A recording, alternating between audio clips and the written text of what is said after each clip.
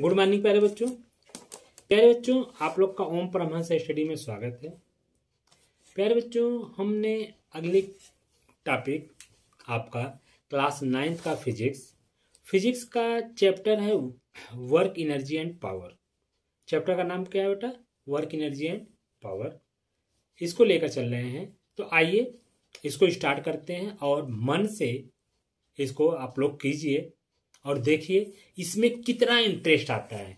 ये work energy and power जो आपका चैप्टर है कितना पावरफुल चैप्टर है कि इसको आप पढ़ने के बाद आपको वास्तव में एनर्जी एंड पावर आ जाती है। तो आइए हम लोग देखते हैं।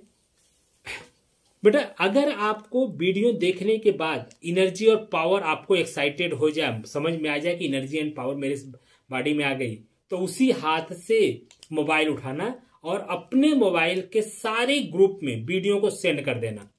ठीक, चलो आ जाइए। बेटा, समय बचने के लिए हम डिफिनेशन कुछ लिखे हैं, आइए इसको देखते हैं।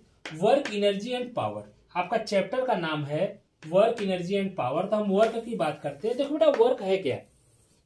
अगर हम वर्क की बात करें तो वर्क है क्या? जैसे आपने घर से निकले, कोई भी काम कर रहे हैं, एक पत्थर भी उठा के फेंक रहे हैं तब भी वर्क है, चल रहे हैं तब भी वर्क है, किताब खोल के पढ़ रहे हैं तब भी वर्क है, लिख रहे हैं तब भी है, डांस कर रहे हैं तब भी है, गाना गा रहे हैं तब भी। मतलब कि आप एनी डूइंग वर्क, कुछ भी आप करते हैं वो आपका क्या है? एक वर्क है। तो आइए उसी क्रम में देखते हैं। देखिए यहाँ क्या कह रहा है, in our daily life any physical or mental activity, मतलब आप जान करके कोई एक्टिविटी करते हैं या पागलपन में कोई एक्टिविटी करते हैं, सब क्या है आपका? Is firm as work done. मतलब वो सब आपका क्या फॉर्म होता है? क्या कंडीशन फॉर्म होती है? एक वर्क डन है। क्या है?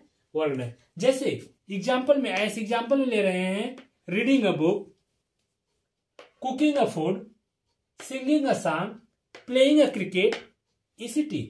मतलब जो आप वर्क करते हैं सब क्या है? सब क्या है? एज ए वर्क, कुछ भी करते हैं आप। ठीक, आइए इसका स्टैंडर्ड डिफिनीशन की हम बात करते हैं, जो इसकी एग्जैक्ट और स्टैंडर्ड डिफिनीशन है। Work is said to be done by the force, work is said to be done by a force on a body displacement in the direction. मतलब किसी ऑब्जेक्ट पे जब हम फोर्स अप्लाई करते हैं तो उस ऑब्जेक्ट में क्या होता है? उस बॉडी में क्या होता है? डिस्प्लेसमेंट होता है। डिस्प्लेसमेंट किधर होता है? फोर्स के डायरेक्शन में। फोर्स के डायरेक्शन में it is called work done. इसे हम क्या कहेंगे बेटा? वर्क डन कहेंगे। हाँ प्यारे बच्चों, तो हम लोग डिफिनेशन देख लिए। Work is said to be done by the force on a body displacement in the direction, it is called work done. Work is done by force depends upon, work is done by force, work आपका किस पे depend करता है? तो first condition है the magnitude of the applied force, W is directly proportional to F, the distance traveled by the body on the applied of force, W is directly proportional to S। Means बेटा कहने का मतलब जो हमारा work done है या दो पे वर्क करता है, एक तो फोर्स पे और एक जैसे डिस्टेंस पे। जैसे ये ऑब्जेक्ट है, एक ऑब्जेक्ट है, इस ऑब्जेक्ट पे जब फोर्स अप्लाई करते हैं तो ऑब्जेक्ट ए पॉइंट से डिस्प्लेस्ड होकर कहां पहुंच जाता है? बी पॉइंट पे। जब ए पॉइंट से बी पॉइंट पर पहुंचता है तो ये कितना डिस्टेंस कवर करता है? एस। इस पे कितना फोर्स लगाए थे? एफ। तो आप इसको लिख सकते हो, क्या लिख सकते हो बेटा? W इक्वल टू कितना? F into S. W equal to F into S. ये W क्या है? W is called work done, F is force, S is displacement. अब इसके अकॉर्डिंग अगर हम देखते हैं तो ये फोर्स, जब इस पे आप फोर्स अप्लाई कर रहे हैं तो ये कैसे मूव कर रहा है? हॉरिजॉन्टल मूव कर रहा है। कैसे मूव कर रहा है बेटा? हॉरिजॉन्टल मूव कर रहा है, मीन्स जब इस पर फोर्स अप्लाई करते हैं तो यह ऑब्जेक्ट ए टू बी तक डिस्प्लेस्ड हो जाता है। कहां से कहां तक होता है बेटा? ए टू बी तक डिस्प्लेस्ड हो जाता है। तो इसके अकॉर्डिंग हम कह सकते हैं कि इस ऑब्जेक्ट पे जो फोर्स अप्लाई कर रहे हैं, तो आपका इसके अकॉर्डिंग ये फार्मूला हो गया W equal to F S. W equal to F S किसके अकॉर्डिंग? जब किसी ऑब्जेक्ट को हॉरिजॉन्टल में हम रखें और हॉरिजॉन्टल पे उसको हॉरिजॉन्टल के पैरेलल जब उसमें फोर्स अप्लाई करते हैं तो ऑब्जेक्ट ए पॉइंट से बी पॉइंट तक मूव हो सकता है। तो इसमें डिस्प्लेस्ड कितना होगा, मतलब इसका वर्क डन कितना होगा? W equal to F S. ठीक, अब आप कहेंगे कि सर हॉरिजॉन्टल में ए भी तो है, हम अगर इस बोर्ड को ऐसे फोर्स लगाएं तो क्या कितना डिस्प्लेस होगा? तो बेटा इसका जब इस पे फोर्स लगाएंगे तो क्या इस पे डिस्प्लेस हो रहा है? नहीं हो रहा है। नहीं हो रहा है तो मतलब यस इक्वल टू, अगर आपका यस इक्वल टू 0 हो जाए, क्या हम W इक्वल टू लिखें F इंटू यस 0 है, तो इस कंडीशन में वर्क डन मेरा क्या होगा? वर्क डन आपका क्या होगा? 0 होगा। कब? जब इस पे हम हॉरिजॉन्टल ही ऐसे लगा रहे हैं और इसमें कोई डिस्प्लेस नहीं हो रहा है, मीन्स यस इक्वल टू 0 है, तो उस कंडीशन पे वर्क डन आपका क्या होगा? 0 होगा। जब अगर हम इसको यहां रख करके इसको पुश करते हैं तो यहां से यहां तक मूव करता है, मीन्स ये डिस्टेंस जितना कवर हुआ S हुआ, कितना फोर्स लगाए? F, तो इसका प्रोडक्ट हो जाएगा W equal to F S. ये आपका क्या मिलेगा? वर्क डन मिलेगा।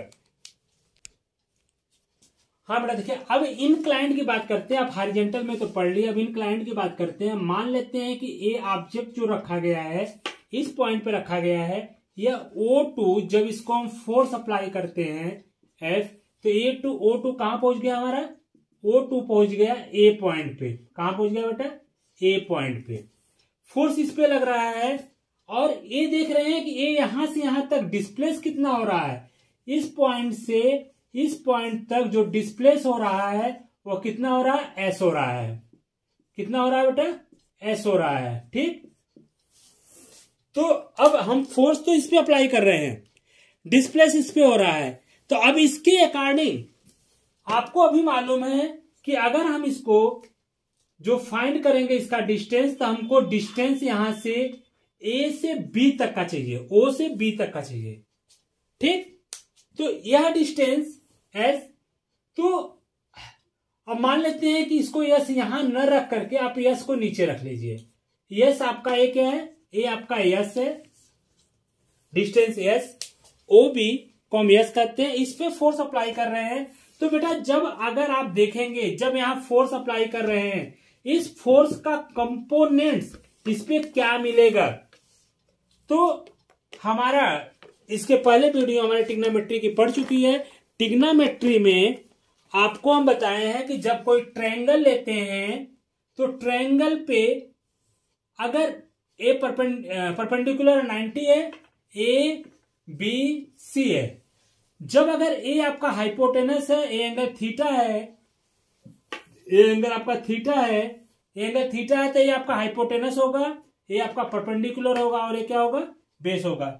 जब आपको हाइपोटेनस फाइंड है, जैसे इस पे फोर्स अप्लाई कर रहे हैं, फोर्स इस पे कितना लगा रहे हैं? F।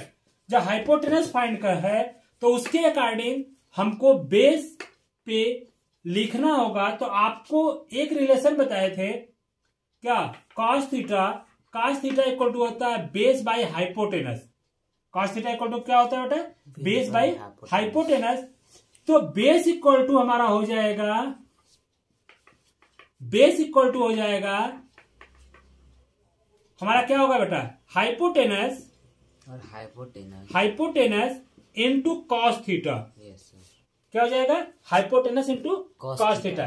तो बेटा यहां पे देखिए, ये जो F है, ये हाइपोटेनस होगा, तो यहां पे जो इसकी वैल्यू होगी तो हाइपोटेनस के प्लेस पर क्या आ जाएगा? F आ जाएगा इंटू कॉस थीटा, मतलब इसकी वैल्यू क्या होगी? F cos theta. तो इसके कंपोनेंट्स, जो F का कंपोनेंट्स हम यहां पे लेंगे, वो आपको क्या मिल जाएगा बेटा? यहां पे होगा तो F का कंपोनेंट्स हमको मिल जाएगा F cos थीटा।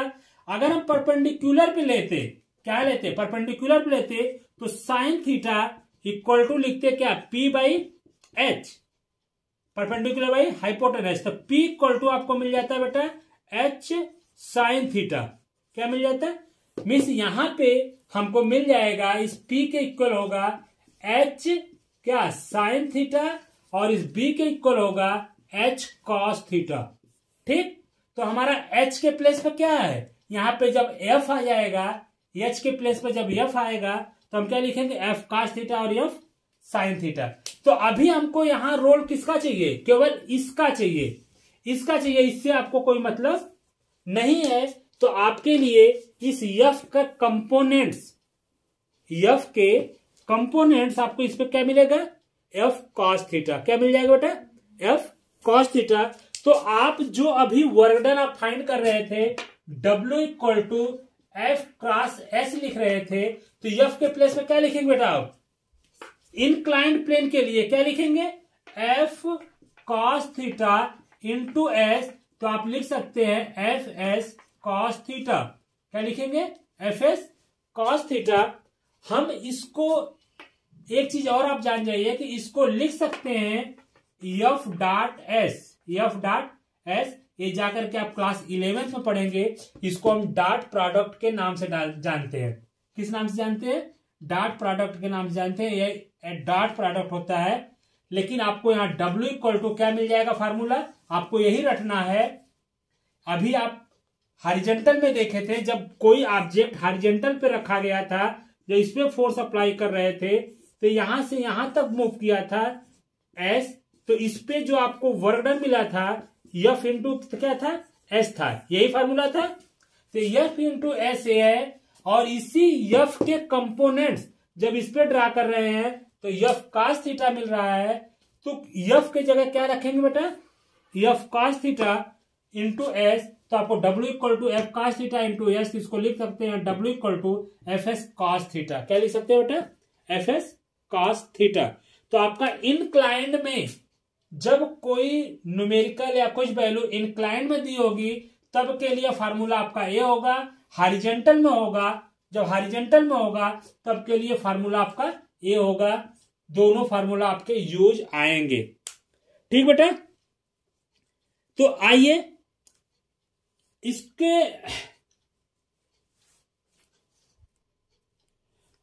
हाँ बेटा इसकी स्पेशल केस के बारे में बात करें। हम special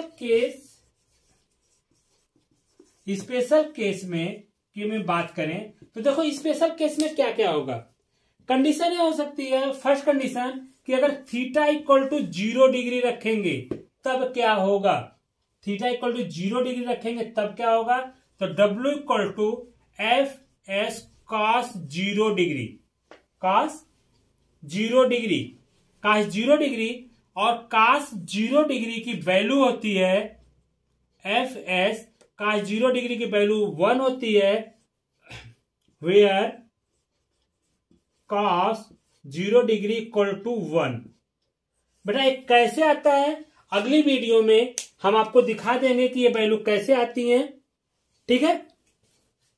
second condition, theta equal to 90 degree, जब थीटा इक्वल टू 90 होगा तब W की वैल्यू क्या होगी, तो W F equal to FS cos 90, cos 90 की वैल्यू बेटा क्या होती है FS इंटू 0।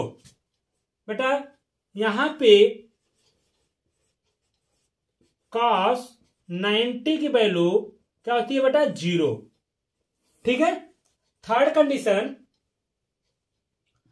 कंडीशन में theta equal to 180 degree, theta equal to 180 degree, तो W इक्वल टू क्या मिल जाएगा बेटा FS cos 180 degree. cos 180 degree की वैल्यू कितनी होती है बेटा FS -1, cos 80 की वैल्यू होती है where cos 180 degree equal to -1, तो कितना मिल जाएगा बेटा -FS, कितना मिल जाएगा -FS। बेटा यहां पे आप क्या देख रहे हैं कि जब थीटा इक्वल टू 0 है तो उस समय आपको क्या मिलता है मैक्सिमम वैल्यू FS मिलने का मतलब कि ये आपको मैक्सिमम वर्क डन होगा। क्या होगा मैक्सिमम वर्क डन होगा।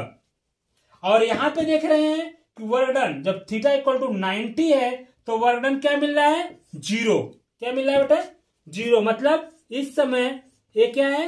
वर्क डन क्या है? 0 है। यहां पे देख रहे हैं कि जब थीटा इक्वल टू 180 है तो 180 की वैल्यू कितनी है बेटा? -1 मीन्स ये माइनस मिलता है। ए वैल्यू इससे, ये तो 0 है, ये मैक्सिमम है, ए वैल्यू क्या होती है? मिनिमम होती है। क्या होती है बेटा? मिनिमम होती है। सबसे कम वैल्यू होती है कब? जब थीटा इक्वल टू क्या होगा बेटा? 180। इन सब की वीडियो आप लोग देखिए। हम अगले वीडियो में कैसे इसकी वैल्यू निकालते हैं हम ये सारे बता देंगे कि 0 डिग्री की वैल्यू कैसे 1 आती है, 90 की वैल्यू कैसे 0 आती है, 180 की वैल्यू कैसे -1 आती है। ये सारे हम नेक्स्ट वीडियो में बना देंगे। लेकिन आप लोग बेटा इसको देखिए और मेहनत कीजिए। Thank you.